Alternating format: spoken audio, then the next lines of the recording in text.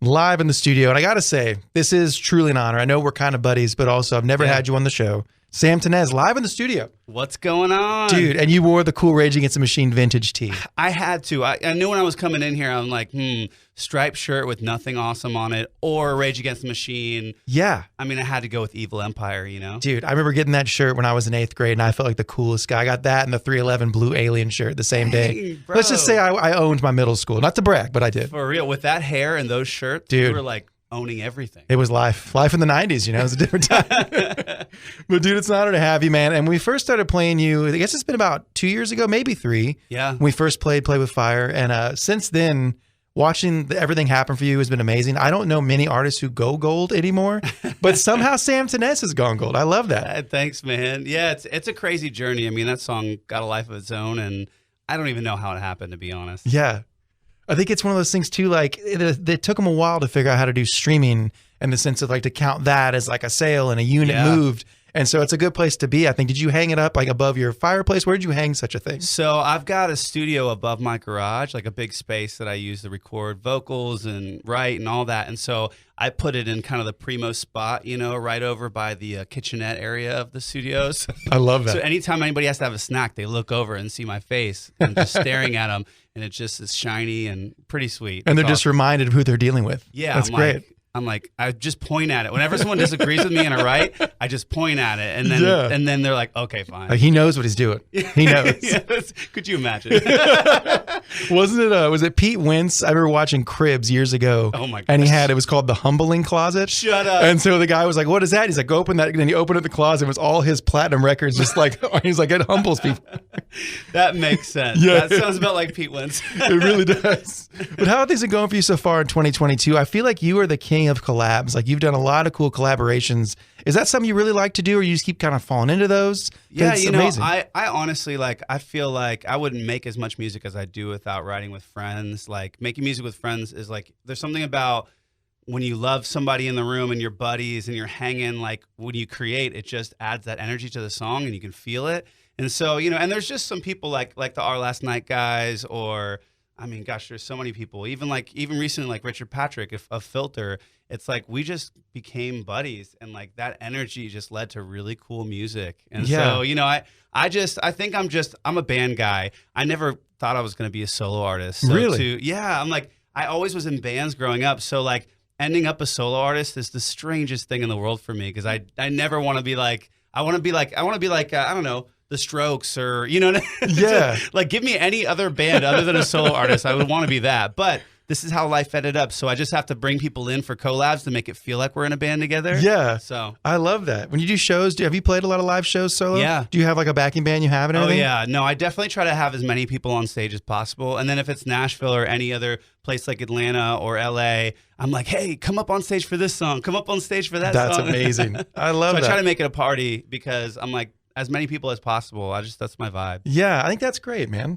Let's get into a song too. I want to play, first of all, Made You Cool, because I love the song. I featured it on my blog a couple weeks ago. Yeah. And I love the idea behind the song, because when I first heard it, for some reason, like the title, I thought I didn't even think about what it was about.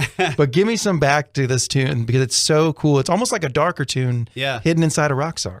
Yeah, you know, I was riding with my buddies, Ian and Mark, in LA, and you know, we were just talking about like helping people out, and just in the end of the day getting stabbed in the back. And it was just like so rough to hear the stories, but also kind of comforting to be like, okay, I'm not the only sucker. I'm not the only person who has like done this and helped somebody out, and in the end, just totally gotten screwed. And so the song is kind of about that. And it's kind of fun because a lot of people are like, oh, that didn't happen to you. That's not a real person. You didn't write that about somebody. And I was like, oh, okay, yeah, sure. Yeah.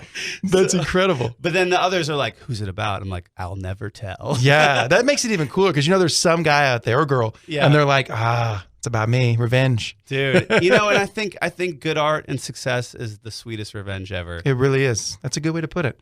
Right on, let's get into this song now. Sam Tinnesz, Made You Cool, on Nashville's Rock Station 102.9 The Buzz. Made You Cool by Sam Tinnesz, who's live in the studio. And I should point out, in that music video, I thought it was amazing that you were wearing a Jamiroquai hat. You know, was that on purpose? Yeah, you know, I had to, like, I don't know why, but I was like telling my videographer, I was like, listen, dude, we got to make this a little bit back in the days. Like, the music sounds kind of like early 2000s. So I'm like, I want to throw in some like early 2000s look. Yeah. And I thought the craziest was like Jamiroquai's hat, or, you know, or even like New Radicals, any of the bucket hat stuff. I'm like, that's just so funny and so fun. So Yeah, because I think I saw the video clips before I heard the song, and so I thought, oh, this is like a funny song. He's being funny. Yeah. But then when I heard the song, I was like, oh, this is a deeper thing. Yeah. Which I think is great, like masking something like serious and kind of dark in the sense that we were talking about getting kind of screwed over in this town. Yeah. The most famous story I've heard about that, which I don't know if this is true. Yeah. Have you heard the Garth Brooks story about the Friends in Low Places? No. It's a legendary story. I heard it when I moved here like 12 years ago, and apparently a lot of people say it's true. Who knows? Huh. So Garth, if you're listening, I apologize. But which you know he is. It's Sunday. But but someone supposedly, I've heard, there was a guy at a bar who was like really drunk, and he was kind of known for being an alcoholic, and he wrote Friends in Low Places on a napkin. And some guy who was writing songs with like, I don't know, Garth or somebody else was like, that's really good. I'll tell you what, I'll give you a shot and a beer for that song. Oh my gosh. Supposedly. So if that is the case, I think I like that song even more. That would be wild. But can you imagine being that guy? If that's the case, I think he has a Made You Cool moment on his hands. I think he surely does. This song is for him. Yeah, right. 100%. Well, dude, Sam, since you're here, I don't always do this with all the bands, but we have to play the 5 random question game if you'd like to play. Let's do it. All right, music up. I apologize for that loud, deafening music blasting your eardrums. It's all part of the game. Question number 1, Sam Tinnesz on the local buzz. No wrong answer, no right answer necessarily. Are you familiar with the band Hard, H-A-R-D? It's called Have a Rad Day. No. Well, they posted a TikTok that's going viral. Thomas Sweat is the singer. He's hilarious. And it's a clip of Avril Lavigne in a photo shoot recently where she kicks over a chair, and like they're like, look tough, Avril, and she kicks a chair over. And he made a TikTok where it's that, and he says, damn, Avril, save some punk rock for the rest of us. I wanted to ask you, Avril Lavigne kicking over a chair in 2022 is not punk at all, or whoa, please, Avril, don't hurt him. That's punk AF. Oh gosh, I'd probably say it's not punk at all, but I'm also worried about her hip. Like she's gonna bust a hip. Yeah, it's true. You know, that like, is true. She's getting up there. Like I don't want her to hurt herself. Yeah, she kicks it hard. That is true. Question number 2 is Sam Tinnesz on the local buzz. As you do a lot of collaborations, what is one dream collab you'd like to do if you could? You know, I would have to say working on a song with Weezer would be. Ooh, I could see that. There. Rivers, like, ooh, that would be sick. I could totally see that. Right on. Let's go, Rivers. Yeah, right. And you know he's listening again. It's Sunday. He's listening. Yeah, he's always listening. It's Sunday. Question number 3 was Sam Tinnesz on the local buzz. Recently on Twitter, it's been a thing now where everyone is blasting Steve Martin as not being funny. Have you seen this? No. It's a trending thing that Steve Martin is not funny to this generation. So I wanted to ask you, which blows my mind, but I wanted to ask you, Steve Martin, overrated old man or hilarious gem of our time? No, hilarious gem of our time. That's what I would say so too. And he rocked the gray hair since he was like 15. Yeah. It's amazing. I mean, yeah, if you're rocking gray hair and you're still a stud, you're in my cool book. Yeah, my brother went gray at like 25 or 26. Crazy. Either he saw a ghost or he's just stressed. Maybe he went over Niagara Falls. Something happened. Both. Yeah, probably so. Question number 4, Sam Tinnesz on the local buzz. So we talked about the story behind Made You Cool. Yeah. What do you think the perfect revenge would be to the person that song is about? Besides slicing their tires or something. You know, I said it earlier, but I think success. I think doing well without them. Yeah. You know, it's like people either take it as like, oh, I'm so happy for them, or every time they see your face on a billboard, every time they hear your music, it haunts them and they wish they could have gone back and treated you better. It's so true. Know? So the best revenge is the life well lived. That's it's right. A true exactly. Statement. Yeah. Exactly. We're getting positive here on the local buzz. I like it. Well, question number 5, the final question with Sam Tinnesz on the local buzz. This one's a tricky one. Oh gosh. All right. Music stops for this one. Oh, you hear it stops. Oh no. So you could have, we're talking your dream tour. We're talking 75 dates, direct support, any artist alive or dead. But when you get back from this tour, the deal you've made with the devil to get this tour is you have to drive a pedal tavern down on Broadway for a living for the entire summer. What do you think? Gosh. Do you take the tour? Sheesh. Yes. Yeah? Okay. How long is the pedal tavern? Just about a whole summer, 3 months. I could do that. There you go. Sam's down. All of a sudden, the pedal tavern boss walks in. He's like, "You're hired." All of a sudden, you see me opening for 9 Inch Nails, and I know how you got it. How did you get that? And I'm like, just ask Andy. He knows the guy. Yeah.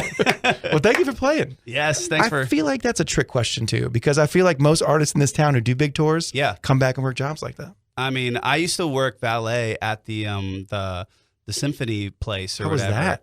Dude, it was crazy. I mean, because no matter if it got freezing cold or it rained or whatever, you're still opening up car doors and driving these nice cars. So you don't want to like mess them all up. at the same time, you don't want to see anybody you know. Yeah, fair enough. I remember my first record deal that I had, I was signed and I opened up the door and, oh, there's my publisher. And he's like, what are you doing here? I'm like, dude, you don't pay me enough. Like, I'm like, I just got to do what I got to do. Yeah. You know? Dude, it's always the way it is. I remember doing a lot of tours in the Cabo days, and I would come back and I worked as a server sometimes. Yeah. And I remember we'd just been on the road with a really big band, hang out every night for like 3 months. And they all came in and I was their server. No. I walk up to that table, and as soon as I saw them, my heart just sank.